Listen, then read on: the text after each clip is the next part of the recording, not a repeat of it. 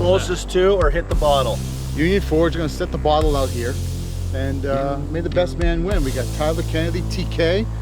We got the arm dog, Colby Armstrong. We got seven-time Stanley Cup champion Bryan Trottier, and the old 2-9er. We're going to take it downtown. That's dangerous. That's dangerous. Let's get a chance. Oh! Mic drop. You're welcome. You're welcome. You're welcome. We don't do this enough. This is great to get together, and you know what? We should thank Union Forge for getting us all together. So here, cheers to you, boys. Hey. TK, Trots, King. Arm Dog. Cheers, boys. I love the hot stove with you guys. I love to talk hockey with you guys, you know? Army, you remember your first game? Because that's one that stands out for all of us, right? Yeah, how could you forget? I mean, it's like when your dreams finally come true. And you know, for me, I was 3.5 years in the American League before that finally happened. So I don't know, I think it just meant a little bit more in that time. Just after Christmas, after a game, I got called into the office. They said, you're going up.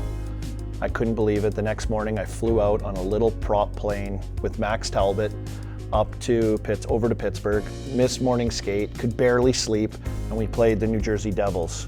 Just like the nerves and like the anxiousness and like, oh my God, what am I doing? I think we all experienced that, right, Trots? Yeah, it's fantastic. The first Penguin game is pretty special in the old Mellon Arena. Just spectacular atmosphere. Home game for me. 2-9er on the left side, Joey Mullen on the right. Hey, do you remember that? Him coming over and playing, and you're like, oh man, I'm playing with Bryan Trottier. I do remember. That's what people don't realize. And Trots, I know you don't like to talk about yourself, but before Gretzky, before Mario, you know, it was you, like, who were the best centers in the league, Trots? It was Marcel Dion, and I know you were one of those guys before Gretz and Mario came along, right?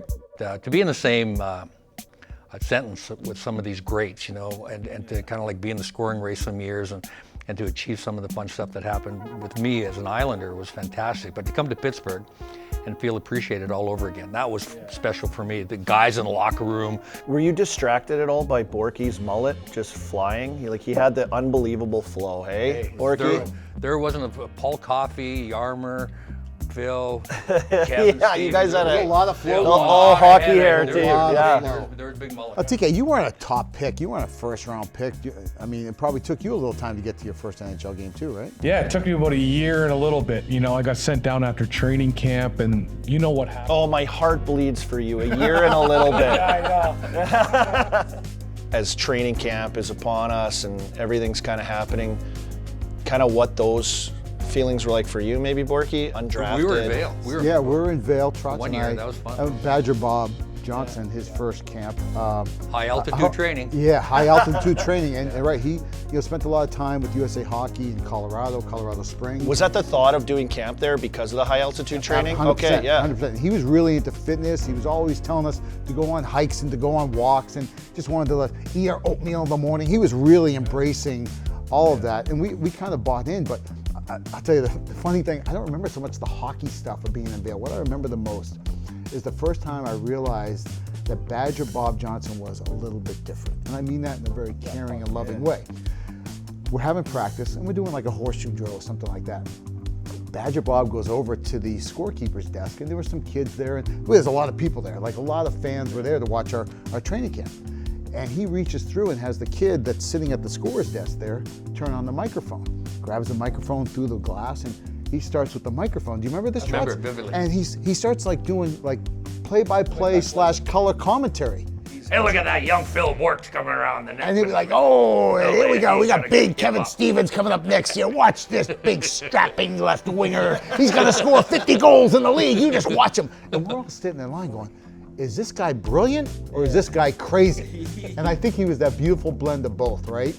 We got to do kind of like you guys went to Vail, I guess, is, you know, open up. We went to West Point. How was that? Military school, and Did you do anything it was really physical or demanding? Like, it was amazing. I still remember it amazing. Just the lessons from, you know, the military aspect of it to our lives and the team building aspect, although more on the line on one side comparatively to ours. We were crawling through swamps. They split us up into teams. We had to complete all these missions. It took from like it was like 9 in the morning. Yeah, like crawling through swamps. We had like fake rubber rifles, and like soaking wet, covered in mud, like little fake grenades going off next to us. Well, we had to Get the complete bayonet some on the end of missions. the gun and stab No, him we in the- didn't have that. We didn't have that, thank God. Stab with the dummy? I might have jumped on my sword They at probably fall some and of cut these. themselves, you know. They were pretty difficult, but it built like relying on each other, you know, and kind of the lessons we had to do. It was unique. I've never done anything like that. Talk about different. You had something completely different. You went to Sweden, right? Yeah. And correct me if I'm wrong, because I think you played 2 games against Ottawa. I think you had an OT winner. Didn't you have one of those games? Or the first game? Snipe. Second game. Second game. Second game, Yeah, OT winner? Yeah, OT winner. What was that 'Cause like going to Backhand? Sweden? Top shelf? Far out, moving the feet. Head I don't know. You know, you're just Ripping, like, ripping. you know, you like look by the D, it's like, oh, went in, yes, you know. But no, because my first year, we went all the way to the finals and we lost. And then the second we were going to Ottawa, so actually training camp was pretty short because they had to pick the team right away. And then we played games over there, so they wanted to have a roster pretty close to the opening night. So you could practice and get Yeah, in and there, we played exhibition games against like some European teams and stuff. But I remember, the first 2 games were against Ottawa. Big ice surface? And actually, that was my second goal of the night. You know, you get 2 goals in the first 2 games. You're like, oh, I'm on pace for 82 here. I'm unbelievable. Like, I don't know about you guys, but I'm hungry to get back to work and talk about the Penguins again and be in it again. You know, you look at the Penguins. I'll go back to even in 1990. We lost the last game of the regular season in overtime to Buffalo. We didn't make the playoffs. Next year we won. So I'm just telling you, on a very wide lens, every time there's been something that's been a bit of a gut punch in this organization, what happened in 2008? Lost in the final, Game 6 at home, right? And Sid said this will never happen again. What happened next year? You won. You know what I mean? So every time there's been these moments of a dip in this organization, they bounce back in a huge way. For Dubas and coming in and the changes he's made to this team, you couldn't ask for a more exciting summer. Sometimes change is good. Sometimes it's necessary, right? It's nice to have a nucleus, right? Look what happened with us. You know, we made a big trade at the end of the season. We got Ronnie Francis, Ulf Samuelsson, boom. But nobody has a more intimate knowledge of Kyle Dubas than the guy from Sault Ste. Marie right here. So what can you tell us about Kyle?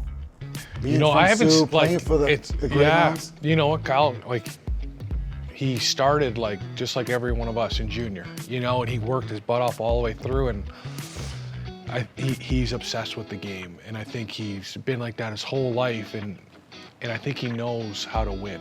He knows a team that knows how to win in the new generation, and just I saw him at the rink the other day, and he's very confident in what he thinks is the winner, you know, and I think he'll do whatever it takes to make moves. And again, I like to call Kyle a young Ray Shero, guy that's willing to do whatever it takes to get the team that he thinks is going to win.